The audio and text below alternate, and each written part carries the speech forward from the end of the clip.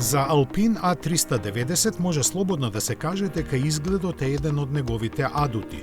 Во голема мерка остана верен на концептот A390 бета прикажан лани на сајмот во Париз, задржувајќи ја својата ниска аеродинамична силуета и остра каросерија. Ке бидат достапни две нивоа на опременост, GT и GTS, секоја од нив издвоена со уникатни тркала и значки. Надворешните акценти вклучуваат драматично навалена линија на покривот, фрагментирани триаголни акценти на предниот браник и LED светлосни ленти во целосна ширина напред и назад. Во интериерот се забележува тесната поврзаност со онаа на Renault Megane E-Tech со 12,3 инчен екран за инструмент таблата и 12-инчен централен екран на допир.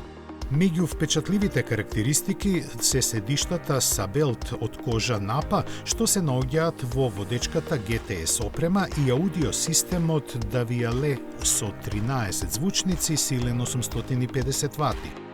A390 е поставен на платформата AMPR Medium, која ја користат Renault Megane E-Tech, Scenic E-Tech и Nissan Ariya.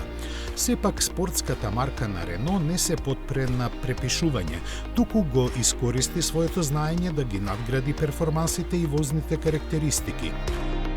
Подвозјето е подесено со специфичен хардвер и софтвер прилагоден да се извлече поголем динамичен потенцијал. Вградените три мотори, еден на предната оска и два позади, не овозможуваат само погон на сите тркала.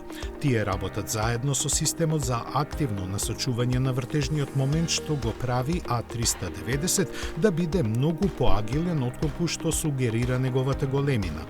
Затоа двете верзии GT и GTS изобилуваат со сила.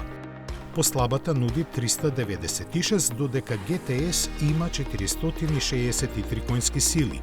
Помокната верзија забрзува од 0 до 100 км на час за 3,9 секунди и достигнува максимална брзина од 220 км на час. И двете верзии користат литиум-ионска батерија од 89 кВт, доволна за 520 до 555 км според WLTP и поддржуваат брзо полнење до 190 кВт. Alpine A390 на пазарот ќе се лансира во последниот квартал на годинава.